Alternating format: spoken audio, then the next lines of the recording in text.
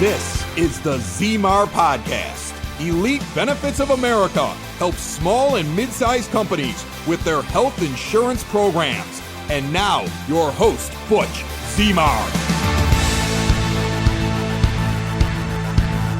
Welcome back to the ZMAR Podcast. Today I have Rachel Siegel with me, and we're going to talk about accounting practices and how businesses can profit more. Welcome to the show. Thanks for having me, Butch. Can you give our audience a little background on who Rachel is and the practice, and then we'll lead into Profit First? Sure. So I am an accountant, but not a stereotypical accountant. I say that a lot because, there's no blue suits. I'm sitting in jeans in my office.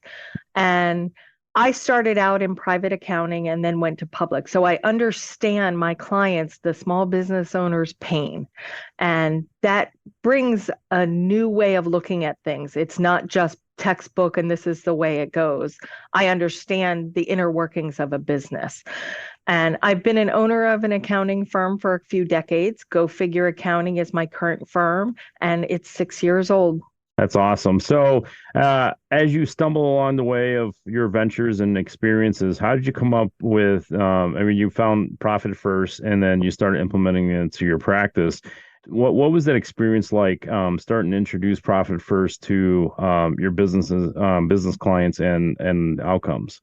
Profit First, I had heard in a conference. Mike came out and spoke at one point. And I went, oh, that sounds interesting, and shelved it like pretty much everybody else does. And then the pandemic hit, and I went, there's got to be a better way for me to connect with my clients on what I keep telling them. And I came across my Profit First stuff again, and I said, okay, I'm going to reread this. And I did. And I went, oh, this makes way too much sense. It's easy enough for my clients to understand. So then I listened to the audiobook because I'm like, okay, I read it and I want to hear it. And I went, okay, I'm going to do this because I don't recommend anything to my clients that I haven't seen or haven't done myself. It has to work for everybody. And so I dove right in, right at the target levels, which I tell everyone not to do because I'm a little bit insane. And I went, I can always back off. Let me start there. And in COVID, I did that. And after year one of doing it myself in my business, my net profit went up 187%. And it was life-changing. And there were times were changing during COVID dramatically. So you had to pivot, and it still worked. And it worked really well.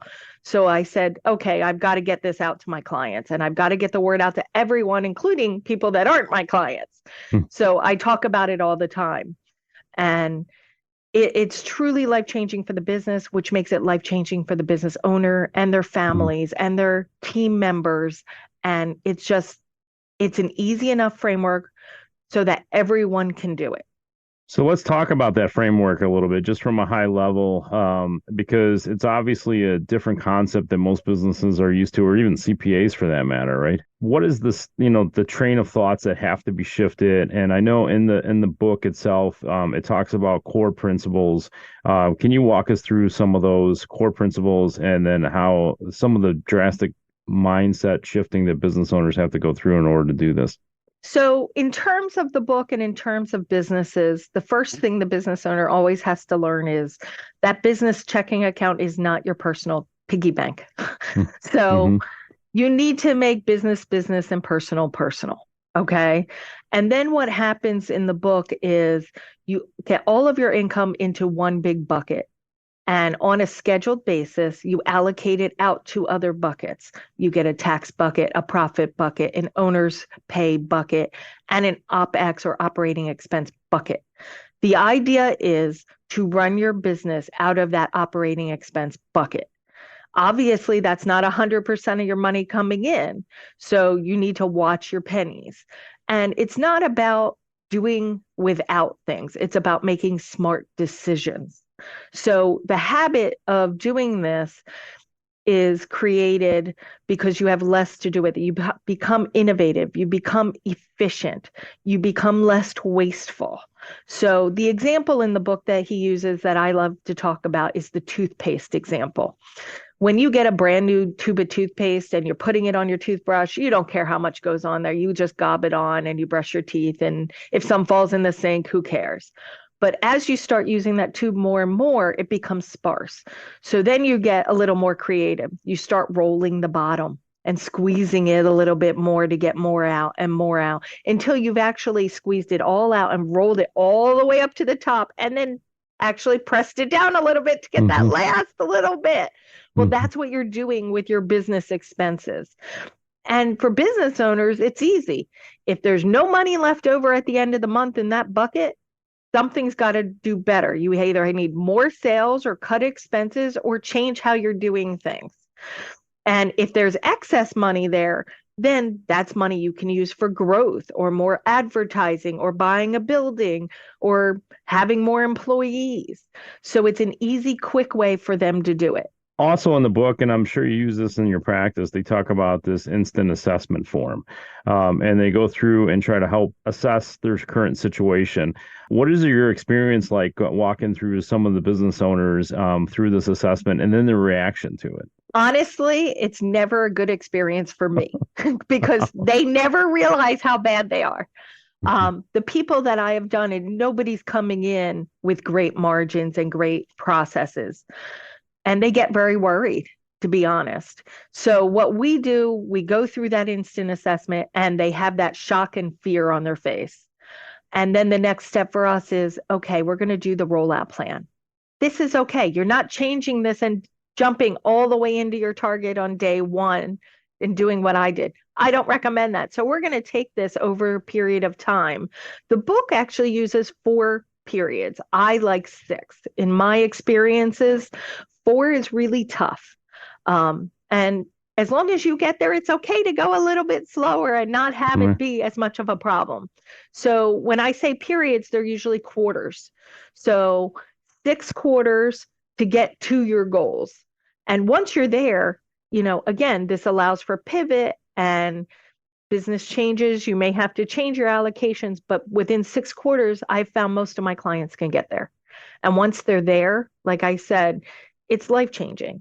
I have a client that tried to do it on his own first and wasn't quite getting where he needed to be. So we were helping him out with the consulting end of it and adjusting his allocations and talking to him when he had issues and needed to pivot. He's now debt-free and he built a pool for cash. He has a new office space, which he built out for cash. There's no debt other than his mortgage, which he's paying down dramatically now out of his profit distributions. So he will be completely out of debt probably in 2.5 years.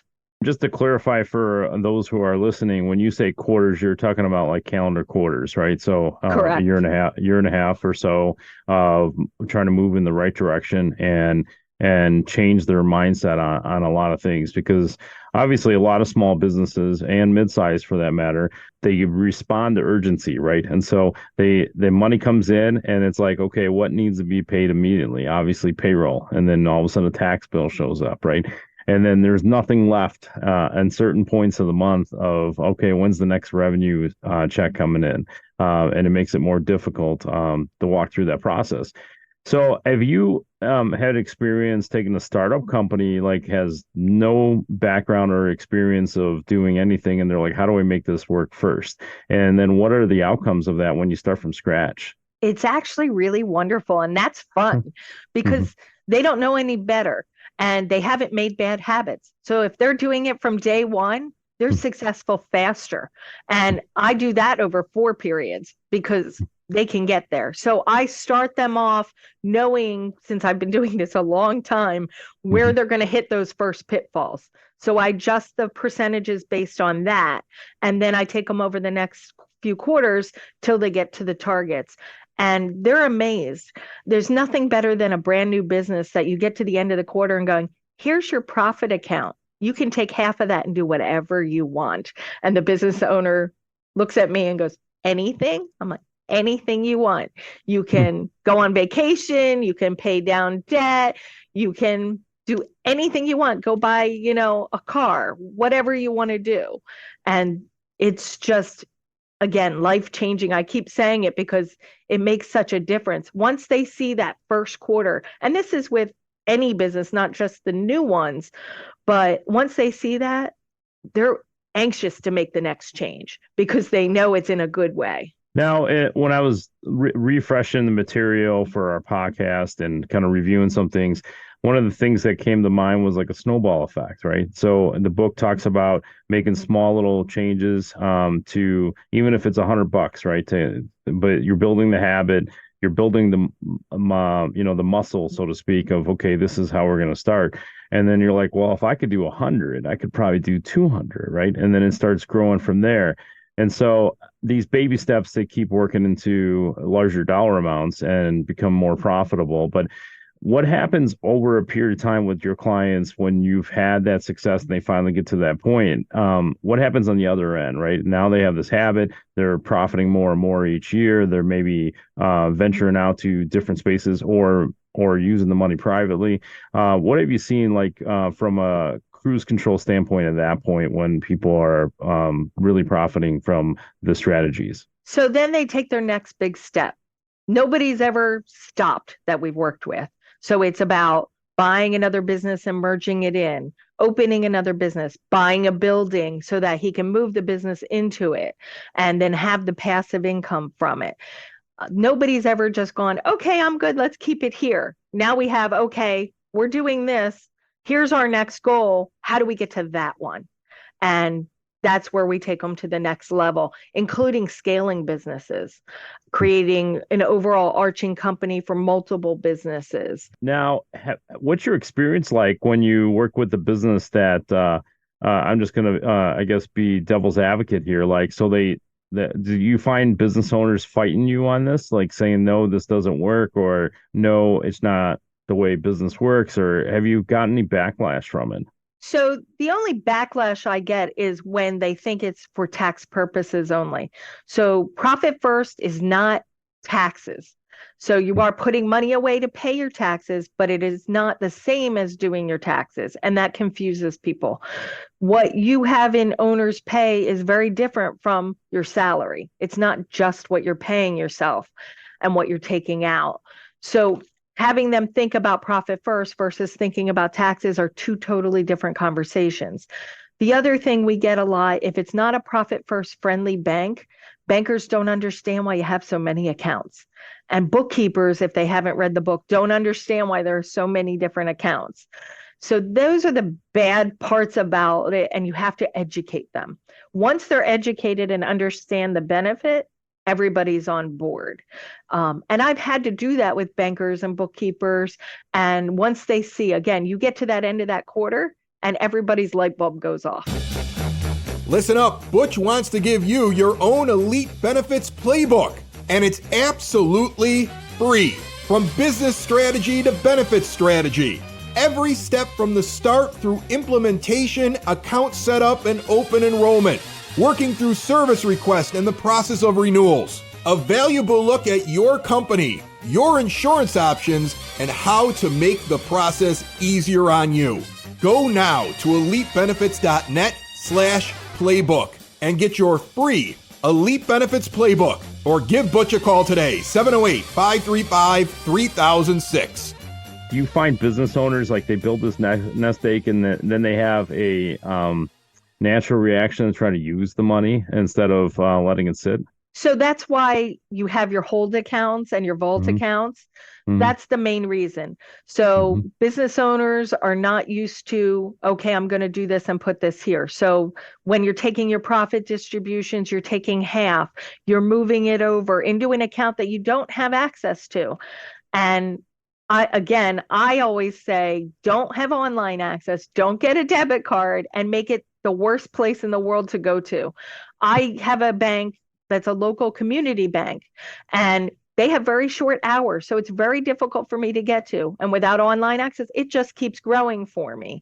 And my other bank I use is at a financial firm, and they take it automatically.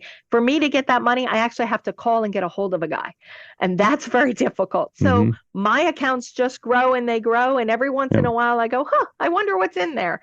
And I keep moving until I can hit that goal. But I think in the book, he actually talks about that he had to drive like a huge amount of distance. I want to say it was like a couple hours or another state where it make it harder to actually get access to any of it. Yeah, the more difficult, the more you leave it, and then it grows. And if you're a really good saver, you may not need that. But out of all of my clients, I only have one that keeps it in the same bank. So the general population need to move it. Yeah. So let's talk about Go Figure a little bit. What kind of practice is it? Is there certain niches that you guys go after or what you really work well with? So Go Figure Accounting, we basically help businesses be successful. That's our goal. Okay. We love service-based businesses. We're super good at the big picture. Obviously, we can get into the nitty-gritty and do bookkeeping and accounting. We're really good at advisory and tax planning. And our goal is to find that win-win for the client and help them grow and be successful. Because our goal is when they're successful, we're successful. Now, you said service-based industries, and I know some of this profit first is obviously manifested inside the firm and your clients, and now you're putting it into print. And so you're working on putting together strategies in a book that's supposed to come out January 1st. Can you give us a little background on what made you decide that you're going to go ahead and write this book and maybe the target that you're going after with the material? Sure. We're writing Profit First for Optometrists, which is in formatting now and is due out January 1st. We're very, very excited. And the reason we chose that is because we do a lot of business with service-based businesses, a lot of doctors. But what we did in this book a little bit different is we talked more about the business concepts that also should be looked at. And a lot of times with medical professionals and people going into these service business, they know their trade, but they don't know how to run a business. So they may make missteps that then cost them money down the road and cost them profit. So what I tried to do is intermingle those within the profit first world so they get the best of both worlds. And this sounds really exciting, and maybe we'll get you back in the first quarter and we'll talk about the release and how things impacted the businesses. But if any of the audience that's listening to the podcast right now wanted to learn a little bit more about Profit First and then a little bit more about Go Figure, how do they get in touch with you, or how do they get access to the information? They can go right to our website, gofigureaccounting.net, and they can get information, and they can even book an appointment right online with me. That's awesome. Rachel, I appreciate all your time, and I look forward to having you back. We'll talk about the Profit First book that you're publishing on January 1st. And so all my audience listeners, take a look at, we'll try to have in the show notes a link to get access to the website. So thank you, Rachel. I look forward to having you back. Thanks again.